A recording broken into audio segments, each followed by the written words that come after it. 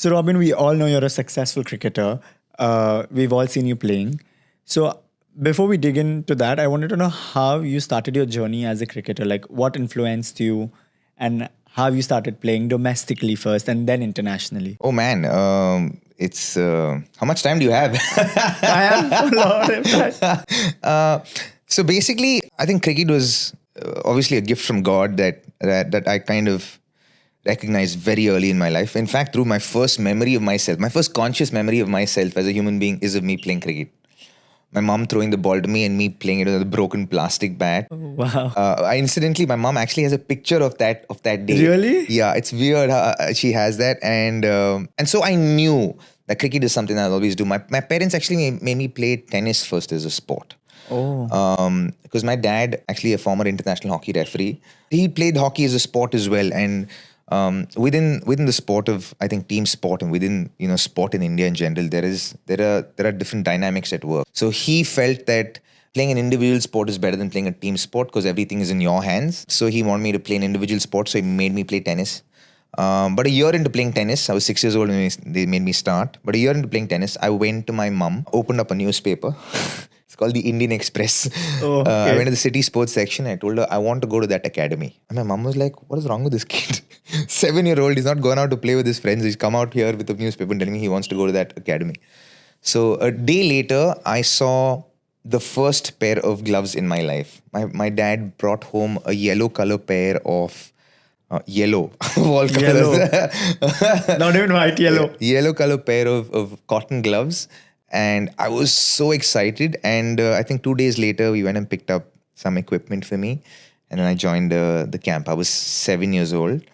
And the game came very naturally to me. I think I'm a little bit of a natural athlete because I think it comes from my dad's side. At the age of 9, I played for the under 13 state side. Yeah. So growing up, I was a little bit of a prodigy.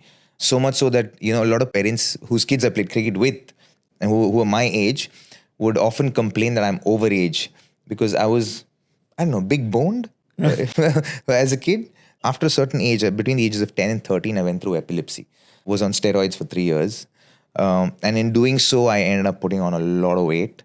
And that's where it kind of stunted my growth, so to speak. Yeah. So that had an impact. But every year I kind of played for state. So from the age of 9 till I played first class cricket, that was at the age of 16, I played for state. And then, so I started really young. So at 16, I played for Karnataka at the first class level, Ranji Trophy level. And then by 16, I played under 17 India. 16, I played under 19 India. And then by 19 India A, 18 India A. And then by 20, I played for India. Wow, so there were a lot of levels before you play for India. Yeah. So what were the key milestones in your domestic level before you went international that you clearly remember? So back then, the competition wasn't as big as the competition is now. After the IPL came around and after the onset of T20 cricket, the competition has, I don't know, quadrupled would be too small a term. I think it's just 100x. Yeah. Let's speak in crypto language, in the Dubai Dubai jargon. So I think it's kind of 100x'd in that sense, where the competition's really gone up. So back then, if you were special in some small way, you'd be noticed. Okay. So growing up, if you played for under 19 India, then you were pegged as one of the guys who could play for India. So I got a quick look into my first class side. I had a good initial first 2 years. And then they made me play the Challenger Trophy when I was 18. And the Challenger Trophy is a tournament where you play India A, the India seniors team, and then there's India A and there's India B. Okay. So then you're the main Indian team, and then these two other teams that play a tournament between themselves. And then out of that, you pick up, the next guys in line or the guys who'd be the standbys of the Indian team. So in that tournament, a lot of us from our under 19 India A group, that was Ambati Raidu, Suresh Raina, me, RP Singh, Piyush Chawla, Shikhar Dhawan, all of us played under 19 together. Together in the same. All of us. So we were that batch that, like, I think out of 15 of us, I think 13 of us played for India. Wow. And successfully. Yeah. That batch kind of came through. One by one, we started kind of dripping into the Indian team. and Irfan Pathan. How can I forget Irfan? Irfan as well. So a lot of these guys are dripping through, and I think that was a pivotal tournament for me where I scored 100 against India A, and that kind of put me up in the limelight a little bit. And then in 2006, I got an opportunity to play for India for the first time. And then once when you transitioned from domestic to international, how did that stage of playing international impacted your life and the game? Well, I was all too young, yeah. When I was 20 years old. I'm taking you back to the I played for India at a time when it was kind of impossible to play for India, especially white ball cricket, because the kind of people you're competing with, or the kind, I was an opening batter. Yeah. So the other opening batters in the side were Sachin Tendulkar, Saurav Ganguly, Virender Sehwag, Rahul Dravid, Gautam Gambhir. So, this is just to name a few. Okay, these are the guys opening the batting for India at that point in time. I don't know how. I got a look in at that point in time. I think Paji was injured. Sachin Paji was injured. Okay. And he was going through tennis elbow injuries, I think. And then, so I got a look in at that point in time. And so I didn't play for a long time. Rahul Dravid was captain when I played for India initially. And I played my first game, scored some sort of a record in that first game. And then 2 games later, got dropped from the Indian team. And then I got a little taste of blood and I wanted more. And so you were dropped from the Indian team at that point of time. Yeah. After so 2 after games. 3 games. 3 games. So my debut game, and then I was the highest scorer by an Indian on debut in my debut one-day game. And then I got 2 more games. I got a game against Pakistan in Abu Dhabi, and I got a game against West Indies in West Indies. And those 2 games didn't go well for me. And then I got dropped immediately because I think Paji was coming back into the side or something was happening. And then I was like, okay, I want to play for India again. So I went back to domestic cricket, and the drop is there is a drop between domestic and international cricket. So I came down to domestic cricket, and then I knew I had to score runs. And I had a nice incident there that happened.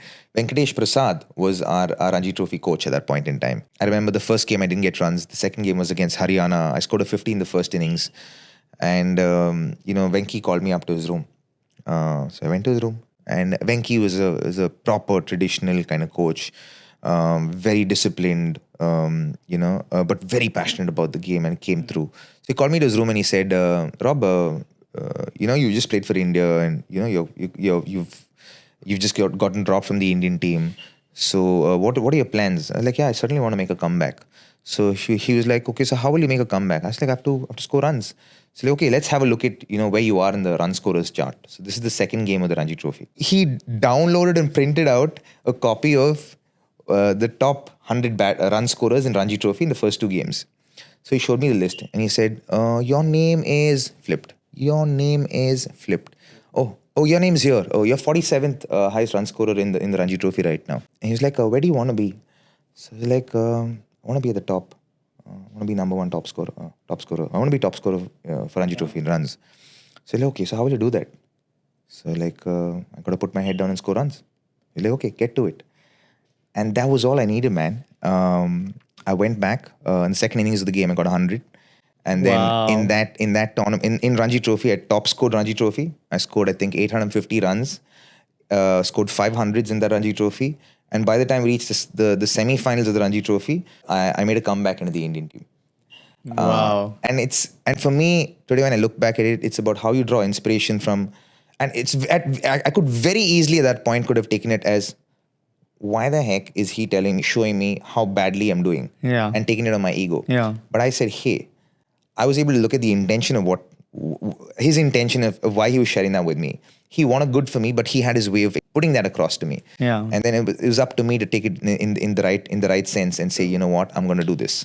And I was able to do that and get the team to the Ranji Trophy semi-finals in that year, which we hadn't achieved in a while. Wow. Karnataka, and then make a comeback into the Indian team, which was phenomenal for me. Then we went ahead and I went and got into the World Cup side that went to West Indies. Yeah. We lost the World Cup in the first round. That was a proper debacle with the whole Greg Chappell fiasco that happened in the Indian cricket. And I never thought I'd play for India again, to be honest.